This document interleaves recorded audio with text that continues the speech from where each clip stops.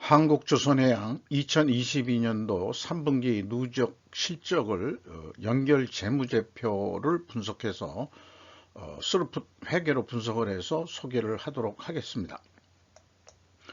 매출은 12% 증가했습니다만 영업손실이 90%더 확대됐습니다. 계약자산 공정속도를 높여야 라고 부제를 달아봤습니다. 하단에 나와 있는 내용이 좋았다고 생각하시면 구독, 좋아요 부탁드리고 1.5배속을 보시기 바랍니다. 한국조선해양 산하에는 3개의 이 조선소가 있습니다. 현대중공업이 하나 있고요. 그 다음에 현대사무중공업, 목포 밑에 있는 거고요. 현대중공업은 울산에 있는 거고, 현대미포조선이 있는데 그거는 이제 미포에 있는 거고요. 그렇게 크게 돼 있고, 그 다음에 이제 한 군데가 어저께 방송한 현대에너지솔루션이 자회사로 거기 편입이 돼 있고, 그 다음에 이제 엔진을 만드는 사업 부문이 있는 거로 그렇게 되어 있습니다. 배에 들어가는 엔진이겠죠. 원가회계손익으로서 매출은 12조 3,600억을 달성해서 전년보다 12% 증가했습니다만은 매출 원가가 좀 적게 증가했으니까 매출 총이익이 좀 흑자로 나왔어요. 그런데 이제 판매 관리비가 좀 높다 보니까 결국 영업 손실이 4,727억 원 나왔는데 작년보다 원가 회계상으로는 영업 손실이 31.3% 감소한 거로 그렇게 돼서 내년도에 또는 연말까지 손실폭이 줄어들 것으로 그렇게 예상은 하고 있습니다. 그렇다면 스루풋 회계로 분석한 내용은 매출에 비례하는 매출 재료비는 더 증가했어요. 그러니까 또 스루풋 환산 재고도 이 재고가 크게 증가했고, 그래서 스루풋 금액상으로도 13.9%가 말하자면 떨어졌고, 그 다음에 스루풋율도 10.2%나 하락을 했습니다. 이 정도면 아주 크게 추락했다고 볼 수 있습니다. 그리고 운영비용이 3.8% 조금 줄였습니다. 그러니까 손익의 핵심적인 것은 비용보다도 결국은 매출 재료비에서 결정이 된다, 이렇게 볼 수 있겠어요. 그래서 생산성도 더 떨어졌고 스루풋 쪽에서는, 그리고 영업손실이 9,882억 원으로서 전년 동기보다 90%나 영업손실이 더 확대됐습니다. 원가회계손익하고는 영반대죠. 왜 그렇게 됐냐? 그것이 다음 장에 얘기하겠습니다만은 포괄 가공비 배부 재고자산을 크게 증가시켰기 때문입니다. 재고자산 내역을 보면은 WCAI 가공비 배부 재고자산이 1,897억 원 증가했고요. 계약자산, 미청구 공사 성격입니다. 이것이 1조 3,770억 원이나 크게 증가를 했습니다. 그래서 원가회계는 이게 계약자산이 증가를 하면은 회계 기준에 의해 가지고 기간에 걸쳐서 발생하는 수익이라고 그래서 매출을 인식시켜 버립니다. 그러니까 일반 이 원가 회계 논리에 의해서 재고의 증가는 이익의 증가다. 그래서 이 스루프 쪽에서 계약 자산을 미청구 공사 성격이죠. 이거를 포괄 제공으로 인식을 해서 분석을 하기 때문에 실질적으로 영업이익은 더 떨어졌다. 이렇게 분석해낼 수 있는 것입니다. 그리고 수주산업은 수주장고가 매우 중요한데, 제가 소개하는 바람직한 이 공시 방법은 회계 기간이 반영이 된 기초잔액에서 수주계약 또 추가로 한 거, 그 다음에 이제 완공 매출, 그래서 기말 수주잔고가 얼마다 이렇게 하는데, 아주 이 한국조선해양은 아주 적합하게 그렇게 해내고 있습니다. 그래서 그 현재 수주잔고가 62조면은 아까 그 9월 말까지 매출이 12조였는데 연말까지 나중에 사업 예측도 해 보겠습니다만은 이 정도면 한 3년치 물량은 지금 계속 진행 중인 게 있다 이렇게 보겠어요. 이 그 3년치 물량을 더 빨리 끝내야 돈을 더 벌 수 있을 것입니다. 그리고 한국조선해양산하조선 3사는 동일한 포맷으로 공시할 것으로 알고 있고 현대중공업은 이미 확인을 했는데 이 기납품액이라는 게 그 매출하고 거의 유사하죠. 요 갭은 뭔가 이 연결할 때 그 갭인 것 같습니다만은 내부 거래 차익이라든지 그런 거로 생각이 들기 때문에 그리고 제가 코가 맹맹한데요. 코감기 좀 걸렸습니다. 감기 조심하시고요. 그래서 이와 같은 수준의 그 공시를 할 수 있는 수주 산업들이 됐으면은 바람이 없겠습니다.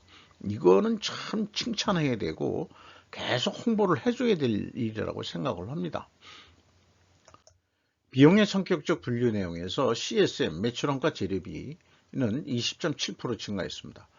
여기에 그 B의 표현이 재고자산 매입액이라고 그러면 이 회사는 연결 재무제표로 다른 그 자회사도 마찬가지지만은 재고 자산의 변동 범위 기준이 전체 재고 자산이다. 이런 것을 이제 얘기를 하는 거고요. 운영 비용은 거꾸로 줄였습니다. 그리고 가공 비율이 11.9%나 크게 떨어졌던 얘기는 원재료 가격이 11.9% 거의 12% 크게 상승했다. 이렇게 이것도 추론이라면 2차 추론을 할 수 있겠죠. 1차 추론에도 원재료 가격이 크게 상승했을 것이다. 이렇게 추론을 했잖아요. 그러면 이제 회사가 제시한 걸 보면은 원재료 가격이 10.71% 상승한 거로 되어 있고 재료 비율이 67.1%니까 가격 상승 압력률은 7.2%인데 회사가 제시한 것은 자신들의 그 수주 가격이라기보다도 국제적인 어떤 통계기관 말하자면 선박에 대한 거기에서 얘기한 것도 7.2%입니다. 그러면은 상승 압박률은 그대로 따라서 가격도 올려줬다. 자, 그러면은 실제 그 수주 금액은 아마 틀릴 겁니다. 그게 이제 문제가 되겠죠. 그래서 그 원재료 가격을 낸 건 스틸, 그 다음에 프레이트, 그 다음에 형광, 페인트, 이런 그 핵심적인 가장 많이 들어가는 자재를 얘기를 했고요. 그 다음에 제품 가격은 컨테이너에서부터 쭉 여기 LNG 선까지 이렇게 나와 있습니다만 어쨌든 이거를 다 더해 가지고 단순 평균하면은 7.2% 가격이 인상이 됐다. 이런 꽤 백데이터를 제시를 했습니다. 그러나 실제 현대 한국조선해양사나 그 조선소들이 얼마의 수주해 가지고 매출을 인식하는 것인지는 이거 가지고는 알 수가 없습니다. PQ 총 제조 비용의 갭이 크죠. 그 다음에 2단계에서 그 갭을 추적을 하면은 전체 재고 자산의 증가액이니까 회사의 기준이 그 BWCAA 증가액까지 차감을 해주면은 차이가 1조 4천억 가까이나 차이가 납니다. 1조 3,905억 원인데 계약 자산의 증가액을 빼주면은 요게 134억 원 차이가 나고 작년에는 195억 원 차이 나는데 요게 제 IQ 두 자리 좀 약간 넘어가는 제 머리로서는 이 내용이 뭘까 하는 상상이 안 나와요. 이게 제 분석의 한계인데 제가 한계라기보다는 그만큼 회계 공시 내용이 불투명하다. 그렇게 또 볼 수 있는 거죠. 저를 탓하기 이전에 뭔가 이게 안 맞는다. 그게 이제 좀 문제죠. 그게 뭔지 모르겠다 이거예요. 그런데 이 금액이 현금 흐름표의 갭하고 똑같습니다. 자, 그렇다면은 뭔가 요걸 밝혀내면은 아주 그 보물 찾는 그런 기분이 들 것 같은데, 이걸 현금식으로 한번 읽어보면은 현금이 6,090억 원이 나갔으면은 재고자산이 6,090억 원이 증가해야 되거든요. 근데 6,224억 원이 증가했단 말이죠. 그러면은 134억 원이 어디 하늘에서 떨어진 거예요. 이게 뭐냐, 이게 재고자산 평가손실 환입 잡은 것도 아니고, 다 하고 훑어봤습니다만, 그런 것도 아니고, 그래서 요거를 알면은 저는 뭐 진짜 그 보물 찾는 그런 기분을 느끼겠습니다만은, 이렇게 그 2단계 최종 갭하고 그 3단계 현금 흐름표 기준 3단계하고 차이가 일치한다는 얘기는 분명히 아주 특별한 원인이 이 안에 내재되어 있는데, 그 내재된 내용이 뭔지는 참 제가 그 유명한 그 셜록 홈즈 탐정같이 추적하고 그 탐문 수사 할 수 있는 그런 능력이 있었으면 좋겠는데, 사업 보고서 주석 내용 가지고는 전혀 또 추적이 되진 않습니다. 그게 좀 아쉬움이고요. 또 하나의 문제는 그 현금 흐름표 기준 계약 자산의 증감 내용을 확인하면은 차이가 너무 크게 납니다. 또 3,928억 원이나 나는데, 이게 왜 이렇게 또 차이가 날까 하는데, 일반적으로 한 758억 원이 되면은 계약 자산까지도 그 대손상각 처리를 하거든요. 이 대손상각을 이렇게나 많이 할 수 있냐 하는 것도 이해가 좀 안 되는 그런 부분이 있습니다. 운영 비용은 그 공통적인 게 별로 없어가지고 인건비를 비교하면은 인원수도 그 연결이다 보니까 그 다 더해야 되는데, 몇 명인지 솔직히 그 모르죠. 어쨌든 금액상으로 8.4% 증가했고요. 운영비 비용 대비 비율로는 2.8% 상승했습니다. 그리고 모든 그 감가상각비 정도 빼놓고 모든 그 경비를 기타 비용으로 다 떨어버렸는데, 요거가 이제 8.1% 내려간 거로 이렇게 됩니다. 경영평가 지표로 와서 재고 회전율의 하락과 그 다음에 그 스루픈율의 하락은 일반적으로 이 투명회계 가정을 세우는데, 원재료 가격 상승으로는 입증이 되는데 스루픈율 하락은 수주 판매 가격 하락 추론이 입증되지 않는다. 아까 그 올라간 거로 돼 있죠. 일단 한국조선해양 그룹이 이 수주한 가격이 구체적으로 얼마도 국제적인 어떤 컨테이너 및 벌크선, LNG선 이런 거에 대한 가격은 상승한 거로 이렇게 되어 있단 말이죠. 그래서 연결의 복합적인 원인이 제대로 분석되기는 참 난망이다, 이런 느낌이 들고요. 그리고 수량으로 접근할 방법밖에는 없다, 이렇게 생각을 합니다. 일단 뭐 똑같이 내려갔으면은 뭐 투명하다고 가정을 하는데, 입증을 해야 되는데 판매 가격 쪽에서 입증이 안 된단 말이죠. 실제 그 수주한 가격이 얼마인지는 노출이 되지 않는 것 같습니다. 이렇게 해서 그 3분기 실적을 가지고 연말까지 한국조선해양 요게 적자니까 손익분기점까지 매출을 일으키려면 얼마를 해야 되냐, 그러면 한 거의 뭐 17조 원, 16조 8천억 원을 해야 된다. 그런데 이게 그 15조 4천억 원 뿐이 안 될 것 같다라고 이 스루프 쪽에서 좀 그 시그널을 보낸 게 있어서, 이거는 너무 이 적자가 이렇게 되는데, 그래서 15조 4천억이 될 것 같다라고 일단은 가정을 해보면은 4,796억 원이 이익이 나는 거로 그렇게 산출이 됩니다. 이 경우에 그 포괄 가공비 배부 재고자산의 계약자산까지 포함해서 25% 재고가 증가한다고 봤습니다. 그런데 똑같이 25%를 줄이면은 결손이 너무 커가지고 그렇게 쉽게 25%를 줄일 수 없으니까, 연말에 5%를 줄인다고 그러면은 5%만 줄이는데도 영업손실 1조 7천억이 나와버립니다. 요게 진짜 원가회계의 맹점이라고 생각합니다. 자, 그래서 요거는 생략하고요. 스르프 관점에서 적자가 9,882억 원인데 이거를 손익분기점 매출액이 얼마인가 산출해 보면은 19조 원을 해야 됩니다. 이게 현실적으로 3분기 누적 실적이 12조 원인데 19조 원, 7조 원을 할 수 있냐? 아마 불가능할 거예요. 그러나 손익분기점 매출액은 19조 원 해야 된다 이런 얘기죠. 그럼 현실적으로 그냥 3분기 실적이 계속 똑같은 추세로 간다 그러면은 15조 4,500억 정도 하는 거로 예상할 수밖에 없습니다.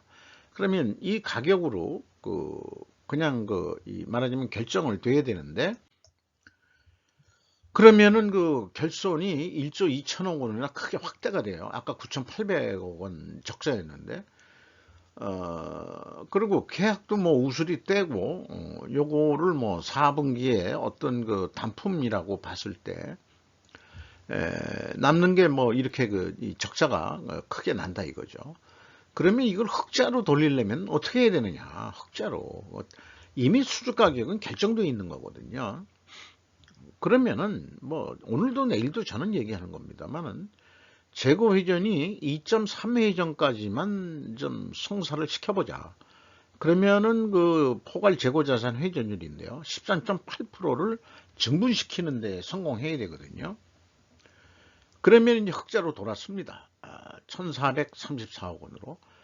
손익분기점 매출액을 달성하기 위해서는 현재 진행 중인 계약자산 공정을 13.8% 빨리 끝내 매출 인식을 더 증가시키는 방법 외에는 없습니다.